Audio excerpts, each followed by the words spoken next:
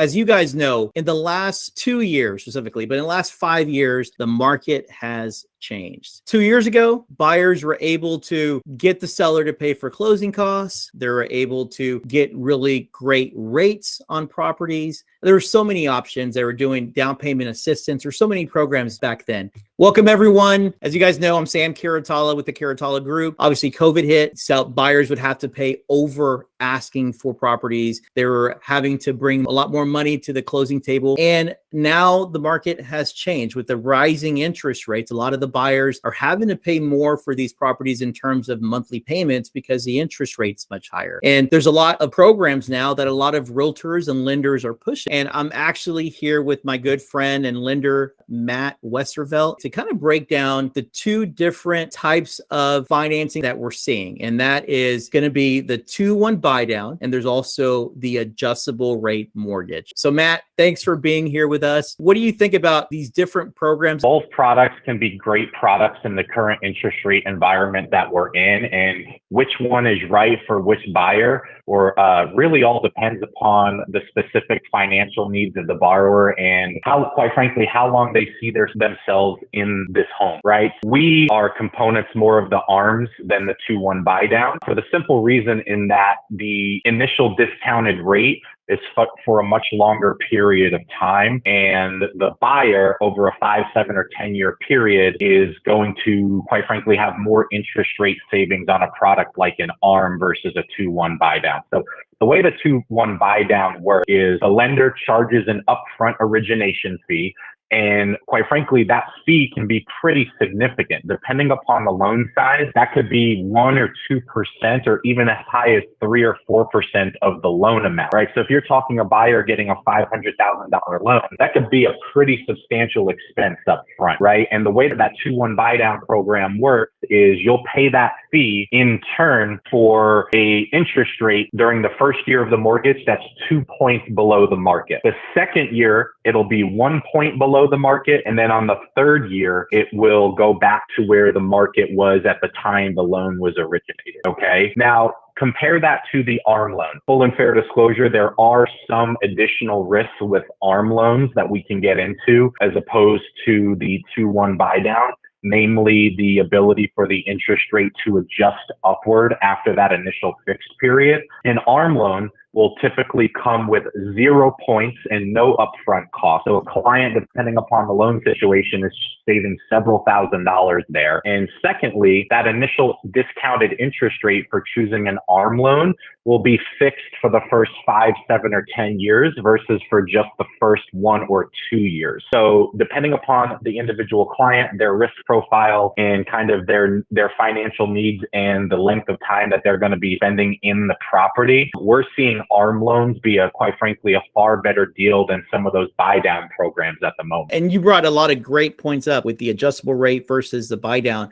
I mean, one of the things that I'm seeing too with the Buydown that you mentioned is the amount of money that has to be paid up front. So as an agent, what we're doing is instead of when we're representing a buyer, we're trying to get the seller, instead of maybe lowering the price, we maybe want to get a credit from him in order to go down towards paying that fee. But the way that I see that is, let's say the rates go down and, in 2 years, rates go up and down, but obviously we don't have a crystal ball. We are not fortune tellers. We don't know what's going to happen in the future. But I think a lot of us and a lot of experts are predicting that the rates are going to go down. And so if you get a seller to keep the property at the higher price, okay, but maybe give you $20,000, let's say, okay, to go towards your rate Buydown, you're still financing $500,000. So that $20,000, if you go, you're paying, that's those fees up front that you pay that are just going to be just to get that Buydown, get the lower interest rate for the first and second year. Where if you can negotiate and drop the price $20,000 and do an adjustable rate mortgage, and let's say it's fixed for 5 years,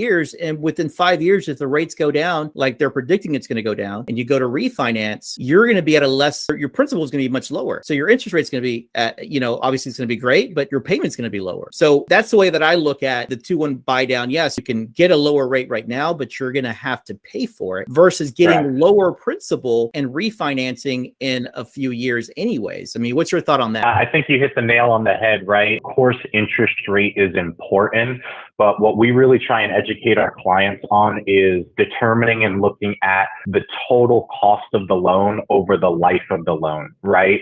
And, we tell clients all the time, you can have any interest rate you want, quite frankly, but it's a matter of what you're willing to pay for it up. And even if you're taking an option that maybe has a slightly higher interest rate than a buy down, but it's discounted for a longer period of time and it's costing $5 or $10 or $20,000 less upfront over a 5 or 10 year time horizon that client is potentially going to live in that home, oftentimes that no cost option is a much cheaper option over the long term. So what we encourage our buyers to look at is, don't just look at the interest rate. Let's look at the total cost of the loan over the next 5 to 7 years. You're absolutely right, Matt. With these programs, there's definitely some advantages. And that's why I kind of prefer the adjustable rate, just like you mentioned, versus the 2-1 buy down. A lot of the agents that are pushing these 2-1 buy downs, they've only been in business for a couple of years. They're just saying what other people are saying. Just like that whole, right. You marry the house, but you date the rate. Yes, that's true. But you always got to look at what's the best option for you. Okay. And in my opinion, being in the business for a long time, rates when they go up, they tend to go down. I mean, real estate is such an important aspect of our economy. Believe me, once we get inflation under control, the rates are going to go down because the feds and the government realize that real estate is a big part of our economy. And so they want people to buy houses. And so they're going to encourage that by lowering the rates. So in my opinion, rates are going to go down. Okay. It's just a matter of time. And at that point, you want to refinance. So don't listen to the agents that are trying to push to do a 2-1 ARM or even to do an adjustable rate mortgage. What you got to do is you have to sit down with your realtor, sit down with your lender and go through both options and find out which one's going to be best for you and your family and your situation. What do you think, Matt? Yeah, that's exactly right. Again, at the end of the day, it all boils down to every buyer and their specific situation and kind of some statistics that we got our clients on. And this is just kind of a general average of both the mortgage and the real estate industry. And of course, every buyer is going to have maybe